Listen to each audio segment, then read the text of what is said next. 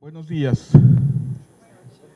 Si quieren vamos iniciando, sobre todo en atención a los que llegaron primero, se pueden seguir desayunando, por supuesto.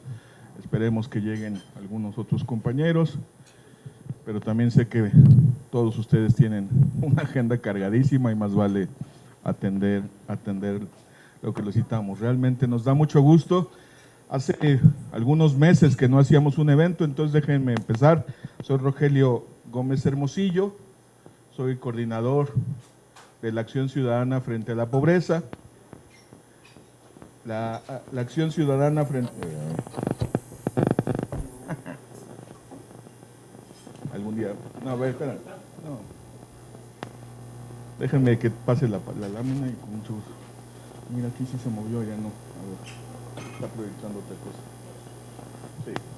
La Acción Ciudadana frente a la pobreza es una iniciativa de la sociedad civil que creamos en mayo de 2015, o sea, estamos a punto de cumplir 4 años, justo para promover cambios frente a la política y la desigualdad, con el respaldo de más de 60 organizaciones, redes, fundaciones de la sociedad civil mexicana. Quizá algunos de ustedes ya han participado en algunos de nuestros eventos, pero pues más vale explicar. Entonces,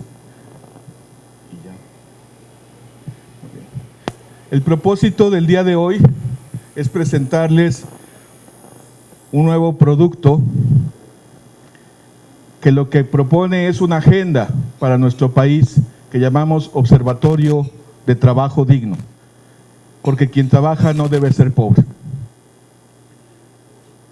Y es una contradicción que haya tanta gente que trabaje y vive en pobreza. Entonces, el propósito de nuestro Observatorio de Trabajo Digno es visibilizar y difundir evidencia sobre las condiciones de trabajo con el fin de promover cambios en las estructuras que generan pobreza y desigualdad y avanzar en cumplir con el derecho al trabajo como está establecido en los documentos internacionales de los que México forma parte. Porque los datos que les vamos a presentar en este momento muestran un panorama muy grave. En México hay estructuras del mundo del trabajo que han sido, son, y si no hacemos algo seguirán siendo fábricas de pobreza. Y eso tiene que cambiar. Déjenme compartirles los datos de nuestro primer reporte de este observatorio. En México hay 7.7 millones de personas sin empleo, totalmente excluidas. Eso representa una tasa del 12%, bastante distinta a la que se maneja generalmente a nivel oficial, que lo ubica entre el 2 y el 3%. En realidad es de 12.4 y afecta, como les decía, a 7.700.000 personas. Ese es nuestro indicador 1. Nuestro segundo indicador de este observatorio son todas las personas que trabajan empleadas por un patrón o patrona, por una empresa, persona física o moral, tienen un salario y que no tienen las condiciones mínimas de lo que se establece en el trabajo digno.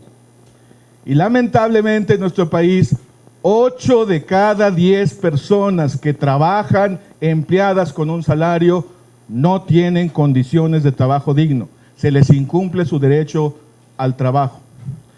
Son 25.6 millones de personas, el 80%, 8 de cada 10. Esto es muy grave. Entonces es lógico, pues, el tercer indicador es quienes no perciben un ingreso laboral agregado en su familia que les alcance para comprar lo más básico, lo que se llama la canasta básica. El 52%, poco más de la mitad de las personas que trabajan empleadas asalariadas en México no les alcanza su ingreso laboral agregado para comprar la canasta básica. Son 15.600.000 personas. El cuarto indicador son personas empleadas, asalariadas, que no están afiliadas a la Seguridad Social. Son 4 de cada 10, el 42%, 14.600.000 personas, a las cuales se les obliga a estar en la informalidad. La persona, empresa, física o moral que los contrató, no los afilió a la Seguridad Social como lo establece la ley. Este es nuestro cuarto indicador del observatorio. El quinto se refiere a la estabilidad en el trabajo, que es otro derecho o otra norma del derecho al trabajo. Poco más de la mitad de las personas, el 51% de las personas trabajadoras, empleadas, asalariadas, carecen de contrato laboral estable. Son 17.600.000 personas. Y el último indicador, la situación que afecta a más gente, es que casi todo mundo, casi 9 de cada 10, el 87% de las personas trabajadoras, empleadas, asalariadas, carecen de afiliación sindical. Son 29.5 millones de personas. Esta situación es muy grave. Estas condiciones en buena parte explican la magnitud y la permanencia de la pobreza en nuestro país. Muchas veces volteamos a ver hacia la política social. Una de las raíces de la pobreza de nuestro país viene de las condiciones del mundo del trabajo que les estamos comentando. Nuestro propósito, pues, es llamar la atención de las autoridades, de los legisladores, de las y los empleadores, de las y los trabajadores y de la sociedad en general sobre estas condiciones que están hundiendo a una parte muy significativa de nuestra población que trabaja en condiciones de pobreza, incumpliendo el derecho al trabajo digno. Nosotros de entrada entendemos que hay 4 explicaciones básicas, 4 dinámicas en estas estructuras de trabajo que explican estos datos. La primera, ciertamente, es que hay normas contradictorias y lagunas legales que posibilitan la simulación, como por ejemplo, contratar sin seguridad social. La segunda es que, aunque haya leyes, hay omisión y complicidad de autoridades que permiten que se incumplan los derechos de las personas que trabajan. La tercera es que hay modelos de negocio que se basan en ese tipo de trabajo, en ese tipo de condiciones de trabajo que las promueven y las reproducen. Y finalmente, hay líderes sindicales que están corrompidos o que están directamente nombrados por sus empleadores, por los patrones, que las facilitan y las permiten. Este tipo de dinámicas a las que estamos, por cierto, muy acostumbrados y que son la realidad de todos los días en el mundo del trabajo, explican en buena parte la pobreza en nuestro país, o digamos la parte que llamaríamos pobreza laboral. Nuestra exigencia, por lo tanto, es impulsar cambios en las estructuras, en este tipo de prácticas, en este tipo de situaciones que están generando desigualdad y que están violando el derecho al trabajo digno para millones de personas. En concreto, tenemos 5 propuestas de entrada que colocamos a consideración para un debate público, para un diálogo social sobre cómo podemos generar una nueva cultura laboral. La primera es aprobar un plan multianual para la recuperación de los salarios a partir de la recuperación gradual del salario mínimo para que cumpla con lo que establece la Constitución. Ya se dio el primer paso en este gobierno de llevar el salario mínimo por encima del costo de la canasta básica para una persona, pero ese es solo el primer paso. Necesitamos un plan multianual, no se puede lograr en un solo paso, para llevarlo a lo que dice la Constitución, y es que sea suficiente no solo para una persona, sino para la persona que trabaja y su familia. Lo segundo es que necesitamos ya empezar a discutir, a caminar en cómo crear un sistema de seguridad social universal. Mientras el acceso a la salud, a pensiones, a ingreso en caso de discapacidad, incapacidad, enfermedad o accidente, los apoyos para la vivienda y el cuidado infantil, los espacios, las estancias infantiles o guarderías sigan dependiendo del tipo de contrato laboral, vamos a tener una parte de la población fuera de esa circunstancia y vamos a tener todos los espacios de simulación de contratos que no son contratos, que no tienen afiliación a la seguridad social. Entonces la propuesta es cómo construir, como lo han hecho en otros países, un sistema de seguridad social universal, independiente del régimen de contratación laboral. Eso a mediano y largo plazo, porque eso es un proceso que nos puede llevar incluso décadas. Y mientras tanto, cómo encontrar los mecanismos para romper las prácticas de simulación, las prácticas que abiertamente violan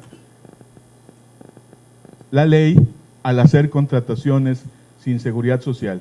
Y una de ellas que queremos señalar de ingreso es: no es posible que el propio gobierno responsable de aplicar la ley aplique ese tipo de contratos bajo una figura que es una contradicción total.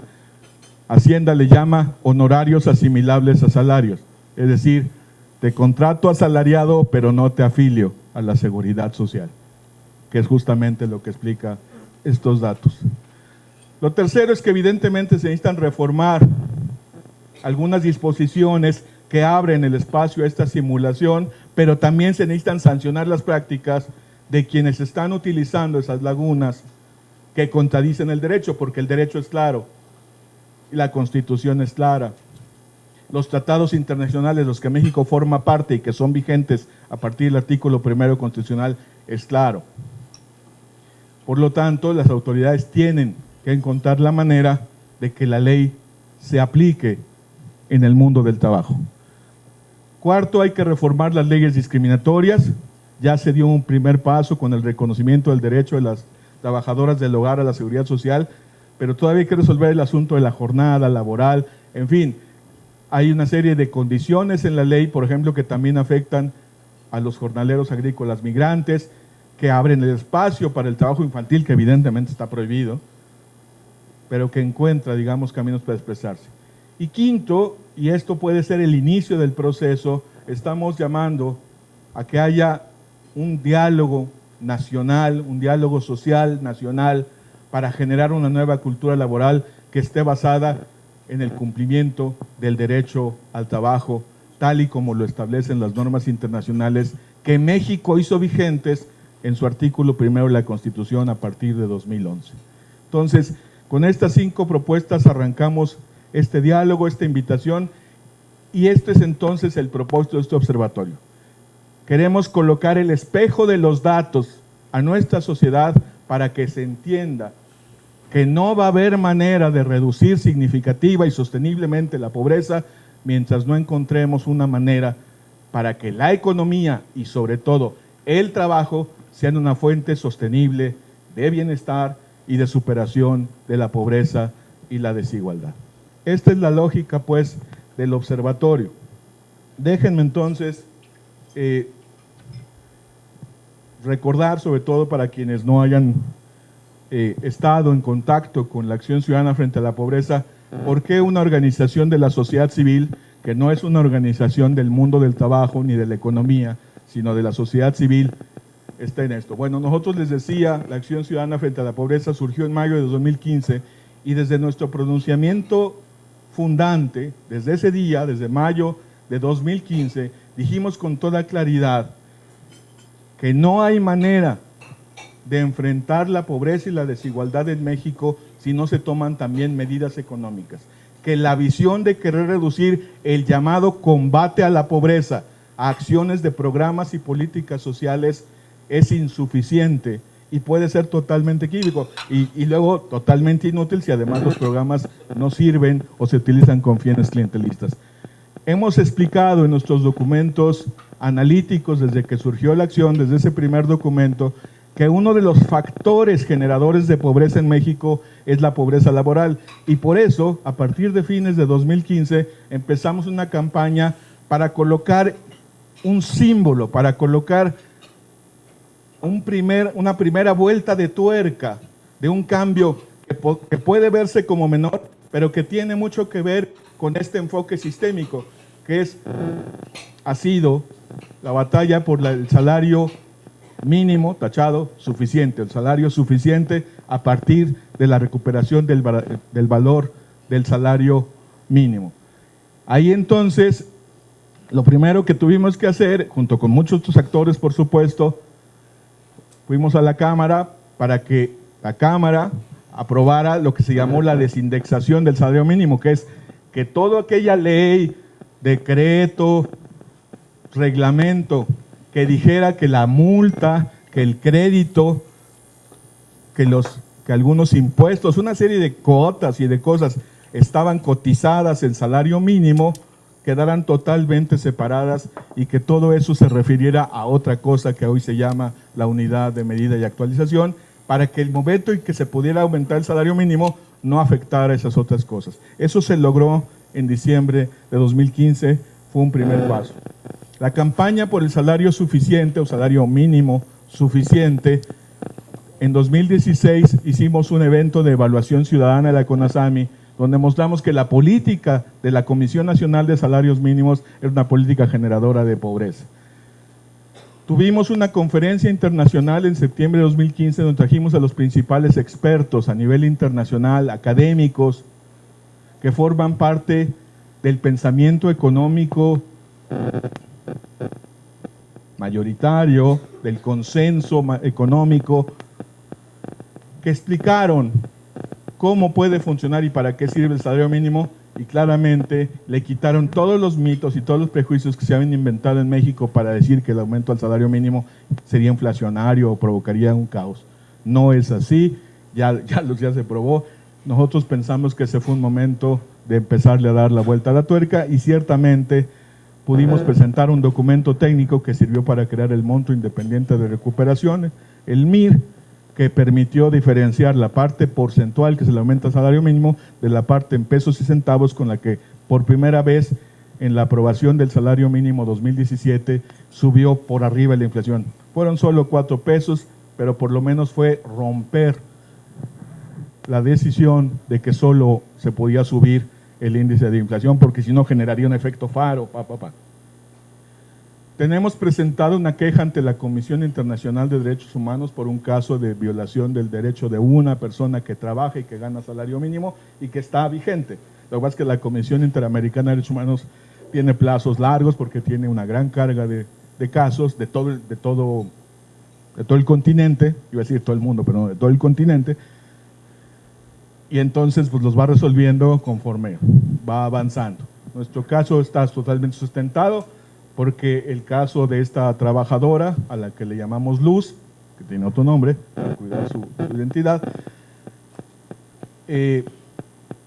pasó por todas las instancias. Es un juicio de amparo, un juicio de segunda instancia, una resolución de la Suprema Corte. Al quedarse sin instancias legales en nuestro país, es totalmente válido presentarla a la Comisión Interamericana, y como la Comisión Interamericana juzga con los criterios de los estándares internacionales, nuestro caso es totalmente ganador en una instancia así. Por lo tanto, en esta lógica que les cuento, y perdonen tanto detalle, espero que se comprenda cómo este observatorio de trabajo digno es un siguiente paso en que como sociedad civil, con una misión en función de cómo logramos que nuestro país, que no es pobre, reduzca sus índices de pobreza y desigualdad, hacer este esfuerzo por transformar el mundo del trabajo es muy importante. Ahora, ¿qué es el observatorio? Pues los datos que les di son los datos del primer reporte del observatorio, pero entonces, ¿qué es?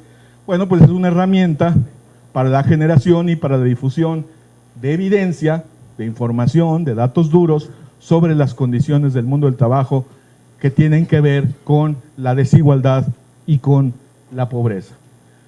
El producto central de este observatorio, según nuestro plan, va a ser un reporte cada 3 meses. Este es el primero, entonces los vamos a invitar dentro de 3 meses, no sé si a desayunar, pero los vamos a invitar para compartirles nuestro segundo reporte y así en adelante. Estos 6 indicadores que estamos presentando en este reporte inicial,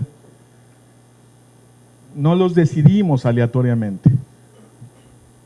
Son indicadores que tienen su fundamento en las normas, en los atributos y en los estándares de lo que dicen los documentos internacionales sobre el derecho al trabajo digno, que en inglés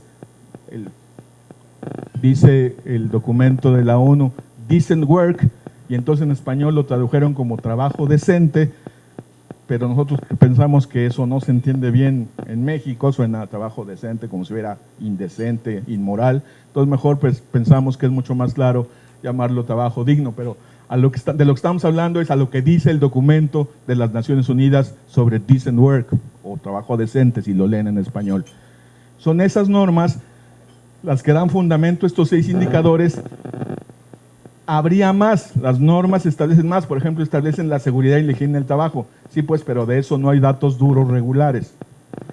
Entonces, es la combinación entre las normas de los documentos internacionales de derechos, del derecho al trabajo, y la fuente estadística, la fuente de datos duros con la que podemos generar este indicador y darle a la sociedad mexicana, a través del trabajo de ustedes, un reporte periódico trimestral. Esa fuente es la fuente de los datos que les acabo de presentar, los que tienen en sus manos, es el INEGI, es nuestro Instituto Nacional de Estadística.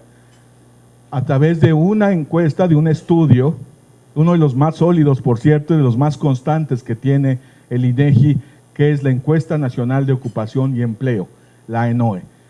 La ENOE, la Encuesta Nacional de Ocupación y Empleo del INEGI, se realiza cada 3 meses. Eso es lo que nos va a permitir entonces hacer el reporte del observatorio cada 3 meses. El observatorio, ya en concreto, pero ¿dónde está el observatorio? Bueno, pues el observatorio es una visualización de los datos en la página web de Frente a la Pobreza. Eso es el observatorio. Déjenme enseñarles la página web de Frente a la Pobreza. Espero que el internet no nos falle, como suele suceder cuando uno quiere hacer estas cosas. Ahí está la página de Frente a la Pobreza. ¿Puedes subir un poquito para que se vea cómo arranca? Subir, eso. Entonces, aquí en agenda están 4. Ahorita nada más tenemos información de una, que es trabajo digno. Y ahora sí, si le bajas, por favor. Si le hago así, tú escrolea. Como si fuera... Entonces ya llegan al observatorio. Dale. Y en el observatorio, despacito, están los 6 indicadores que les acabo de comentar. Justamente los 6 y los datos que les acabo de dar. De hecho, copié en la presentación estas barras. Puedes hacerlo. Y entonces, ya para... Ahora, el observatorio no solo son estas 6 líneas. Puedes darle en el 1. En el 1. Bueno, este es el 2. Si ustedes le dan clic a cualquiera de los indicadores, los lleva al indicador. Los lleva al indicador.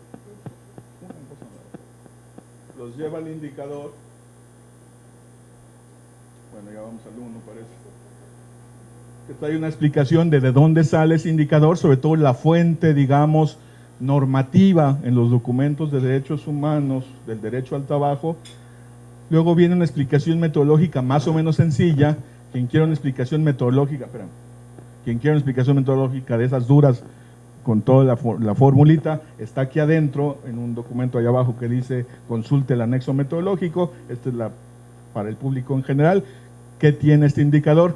Y aquí les comento entonces el indicador de desempleo. ¿Por qué es diferente lo que decimos nosotros, lo que siempre se dice? Porque nosotros estamos sumando a lo que le llaman desempleo oficial, que en realidad es la tasa de desocupación, que es personas que estaban empleados y la semana anterior no trabajaron ni una hora, pero estuvieron activamente buscando trabajo.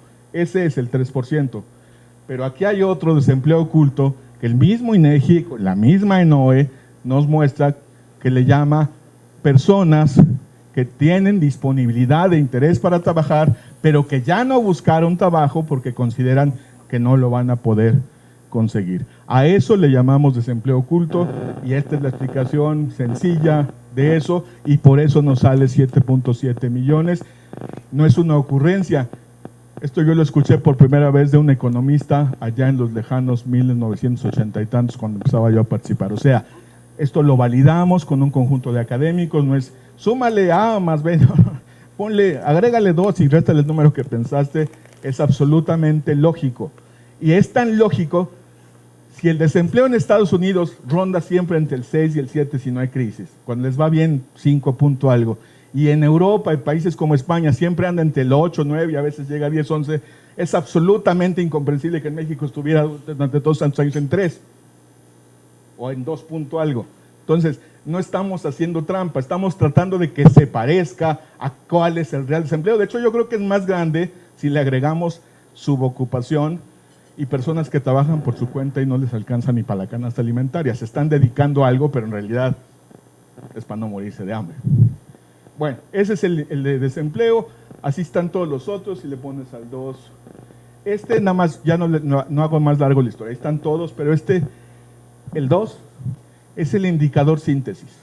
Es el indicador en el que tratamos de sumar las variables para que nos den como el estado, el termómetro del derecho al trabajo en México. Por eso nos salió en 80%. Estamos sumando población subocupada, población que trabaja más de 48 horas, o sea, sobreocupada o que tiene que trabajar más.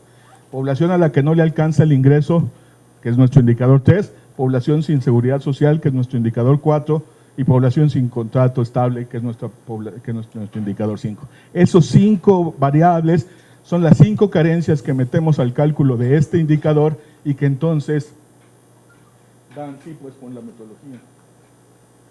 Y que esas 5 variables, entonces, quienes están en alguna de esas 5 circunstancias, pueden tener 1, 2, 3, 4 o las 5, sumarían y por eso es el 80%. Ya no lo alargo. Población con ingreso, el 3 es los que no les alcanza, ahí lo que hicimos fue sumar el ingreso de todo el hogar entre el número de personas del hogar contra la canasta, eso está explicado ahí en el indicador, no, ya está, estoy en el 3. Pero bájale. Entonces, ahí se explica, el 4 es seguridad social, ese viene directo de la encuesta. La encuesta lleva años mostrando gente contratada sin seguridad social, o sea, no es que no supiéramos, siempre ha estado ahí ese dato, se usa con frecuencia, de hecho, Coneval tiene un equivalente, ¿no?, que es la carencia por seguridad social. Ya lo dimos por hecho. Déjenme decirles una cosa que es interesante para la metodología, luego ya si alguien se interesa más en estas cosas. No estamos hablando de toda la PEA, de toda la población económicamente activa. Todos nuestros indicadores del 2 al 6 se refieren únicamente a trabajadores empleados por alguien, se llama trabajo subordinado, asalariados, es decir, que reciben un pago por su trabajo, no voluntarios, o no que reciben pago en especie, trabajo familiar o que el maíz o lo que sea. O sea, son puras personas que trabajan para alguien que los contrató, aunque no les haya dado contrato, porque ya vimos ahí que la mitad no tienen contrato, pero digamos que los empleó es la palabra. Personas empleadas por otra persona física o moral, generalmente moral, y que les paga. O sea, trabajadores. No el conjunto, porque muchas veces se ha dicho, es que una parte de la gente que no tiene seguridad social es porque trabajan por su cuenta y la gente no se autoafilia. No, sí, eso sí es cierto. Quienes trabajan por su cuenta, el 99% no se afilia. Aquí lo que estamos mostrando es que el 40% de quienes sí trabajan para otro y fueron empleados por una persona, empresa, etcétera, no los afiliaron. Según yo, en abierta violación a la ley. Pero ahí viene el tema de las lagunas legales. Bueno, el 4 es el contrato, el quinto es el contrato, y el sexto es la afiliación sindical, que también es una pregunta de la ENOE. Si quieres me regresas a la presentación y termino ya, porque supongo que tendrán alguna pregunta, aunque espero haber sido suficientemente claro y que tengan suficiente información. Entonces, estábamos en esa. Si me pones la... No, espérame. Bueno, yo lo hago. No, aquí lo hago yo. Ya. Uy, no. Okay. Pues ahí está. Ok. Entonces, ¿qué sigue? Hoy les estamos presentando el primer reporte. Una cosa importante que no he dicho. Los datos que están viendo ustedes ahí es cómo cerró 2018. Los que estén en medios que quieren ponerlo más político, pues es así terminó el gobierno de Peña, pues. ¿No? Pues sí, ¿no? Digo, terminó el 1 de diciembre, pero para todo efecto económico, todo eso que esté ahí es su responsabilidad. Y si me apuran, hasta un poco lo que sigue, porque son tendencias muy estructurales. También, si lo quieren ver así, es la línea de base con la que arranca el nuevo gobierno de López Obrador. Entonces, iremos viendo cómo evoluciona. Bueno, nuestro segundo reporte, les decía, será en 3 meses, entonces en julio de 2019 les vamos a presentar estos mismos numeritos, pero para que no digan, uy, qué aburrido, porque se van a mover muy poco. Vamos a hacer otro estudio para agregar datos por sexo y datos por edad, porque no es solo un asunto de promedios, resulta que los datos, se sabe pues, y lo vamos a mostrar con los números, hay una brecha de género. Estos datos son peores para las mujeres y son peores para los jóvenes. O sea, el promedio está en un lugar, pero luego ya separado por sexo y por edad, afecta mucho más a mujeres y a jóvenes. El tercer reporte, que va a ser en octubre, 3 meses después, va a traer los datos para las 32 entidades federativas y 30 ciudades, que es lo que presenta la ENOE. Entonces vamos a actualizar en julio el primer trimestre de 2019, en octubre el segundo trimestre de 2019, pero le vamos a ir agregando más información para ir haciéndolo más robusto, más interesante y que ustedes nos hagan caso. Y vamos a tratar de que y después agregando otros estudios, otras profundizaciones o incluso reportes de caso, ya no solo de fuentes estadísticas, en fin. Pero ahorita vamos a arrancar con nuestro producto central, que va a ser este reporte trimestral, y ya está planificado más o menos de qué trata el segundo, de hecho ya está en elaboración. Vamos por el tercero, que no está en elaboración, pero ya sabemos más o menos cómo se va a hacer y cómo es la fuente, y ahí, conforme se vaya dando la discusión a nivel nacional y conforme vayamos viendo la necesidad, vamos a poder entender. Una cosa que nos interesa mucho, por ejemplo, es que se entienda, por ejemplo, cómo se afecta el derecho al trabajo en la industria de la construcción, por supuesto entre las trabajadoras del hogar, en las empresas de servicios, o sea, en los restaurantes y en los hoteles, entre los jornaleros agrícolas migrantes, ¿no? Y en fin, y si me apuran, las Estados Unidos, pero no es cierto, ya llegaremos en algún momento, porque no creo que haya mucha información estadística. Bueno, termino y estamos a sus órdenes para preguntas, pero espero no haya mucho. No, no es cierto. Esta es una invitación a conocer esta información y a difundirla, porque no tiene nada de secreta, pero tiene mucho de invisible y desconocida.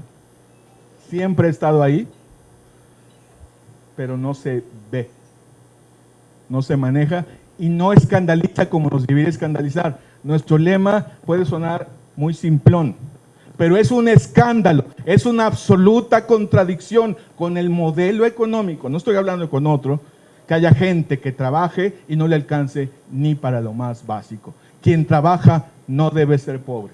Esta es la contradicción, ese es el escándalo, esa es la llamada de atención que queremos hacer. Estoy a sus órdenes.